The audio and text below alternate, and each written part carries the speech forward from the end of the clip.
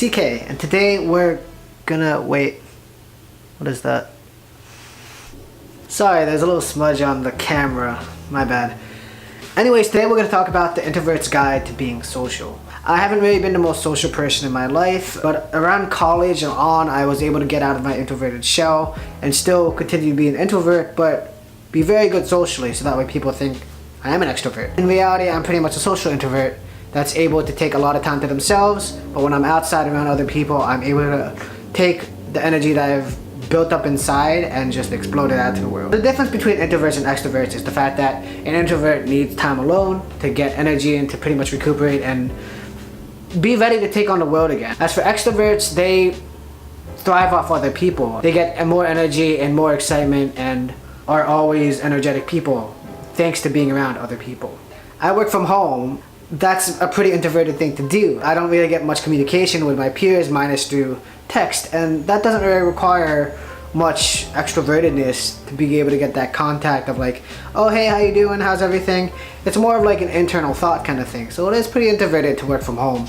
I haven't always been the social person that you're seeing in front of the camera through my videos. As a kid and in high school, I used to be very secluded because I felt I didn't belong, because I grew up in a suburban white town and I was like one of very few Asians in that town. As a result, I've had to like come out of my shell slowly, and thanks to some of the people that I grew up with, I was able to slowly become the person that I am today. But enough backstory, we're here to talk about how to be a social introvert.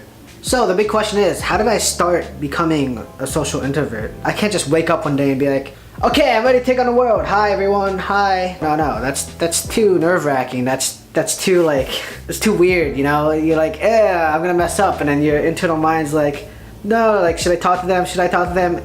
I shouldn't even talk to anyone because I'm gonna bother everyone around me. But in reality, it's like, you learn pretty much. You learn through trial and error, and it kind of sucks, but it also gives you more confidence as you do it. I watched a lot of YouTube videos on how to approach people and how to be pretty much a conversation starter. I've looked for so many different conversation starters that helped me go up to people, or at least just start a conversation while waiting instead of keeping to myself the whole time.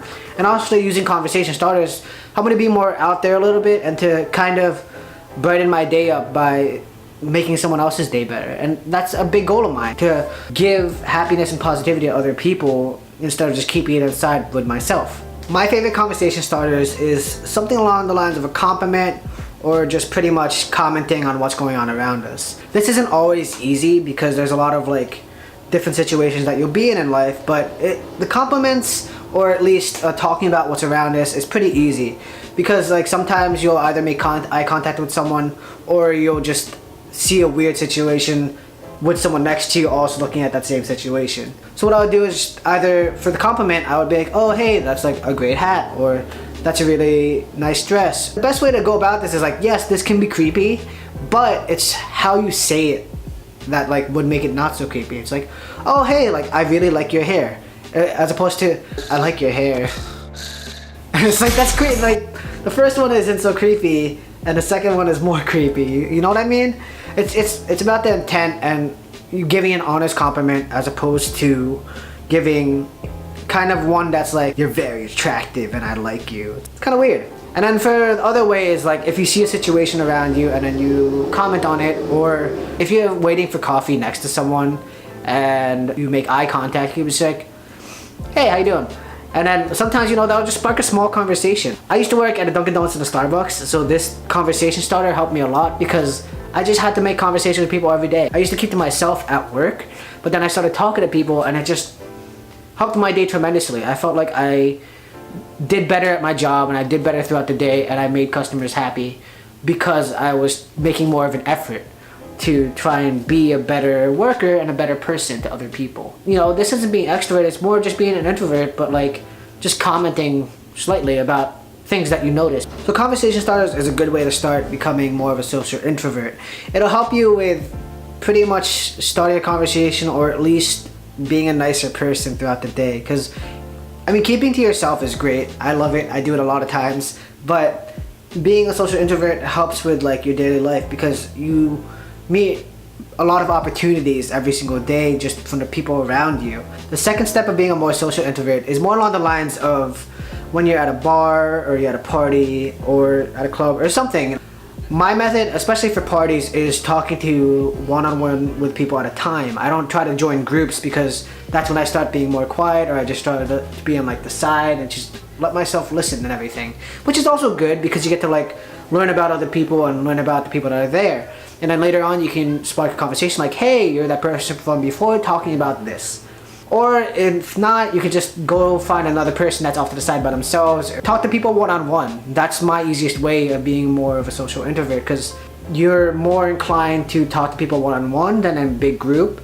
And if you want to be left alone, like sometimes people will come up to you, which is also fine, but you can be that person that goes up one-on-one to other people. That'll also help you find other social introverts, or just introverts in general that aren't social yet, that are trying to get there.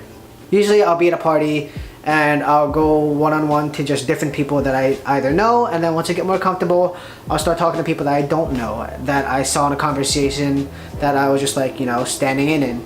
And the best way to start conversations with those people that you don't know, since you're at a party, you're all associated in some way, so it doesn't hurt to just be like, hey, my name's CK, what's your name? If you want, you can also get your friends to communicate the fact that like, hey, I'm having trouble making new friends. If you can help me out at this party, that'd be great.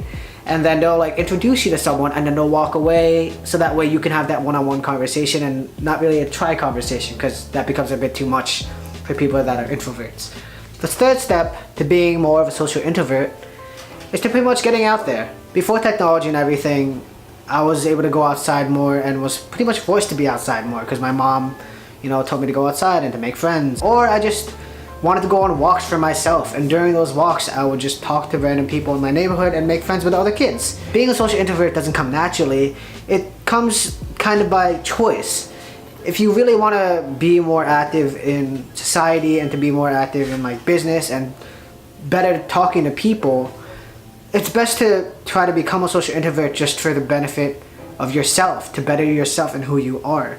Because by secluding yourself By secluding yourself completely, you're not able to really get what you want out of life as much as you probably think you could have. We're human beings. We need other people. You need to start by getting out there. And the best way to get out there is to just go outside, go to a coffee shop, go to a library, go to pretty much anywhere that you feel comfortable or you like. There you'll be able to find people that have similar interests and be able to talk about it with. And that doesn't mean that you have to, you know, talk to them all the time. That means you make an acquaintance, and then that acquaintance can become a friend, and that friend can hang out with you more and, you know, become a lifelong friend that you're able to talk about your interests with. For example, like people in video games, they don't really talk to other people, but then they play one video game and they create a community, or they make friends through that one video game. And that's a big way that introverts make friends these days also. Pretty much just go outside once a day, or at least go outside every other day and let yourself take that other day to recharge, but still go outside so that way you get a little bit of human interaction and become more confident in yourself and in speaking to others in general. So to recap real quick, so one, you need to just start more conversations throughout your day when you're outside. You know, compliment someone or just strike up a random conversation. You'll never know what's gonna happen. Two, when you're at a party or a club or just with a mass group of people, try to have one-on-one conversations or talk to friends so that way you get more comfortable and then talk to other people. Or get your friends to help you be more, you know, out there and to make newer friends. But remember to always keep the conversations to one-on-one, because that's how you create a stronger confidence in yourself with talking to people, and to also just get out there and make new friends. And the third one is to pretty much just go outside in general. By going outside, you're able to make new friends and go to places that you're comfortable with, so that way you can start to create an environment for yourself and a community for yourself where you feel comfortable to go to and to be able to get yourself out there in the world. So find a way to get out there, find a way to be social, and hopefully you're able to learn something from this about yourself or how you want to grow in life. Either way, thanks so much for watching. I hope you enjoyed this, and I'll see you in the next one. Bye.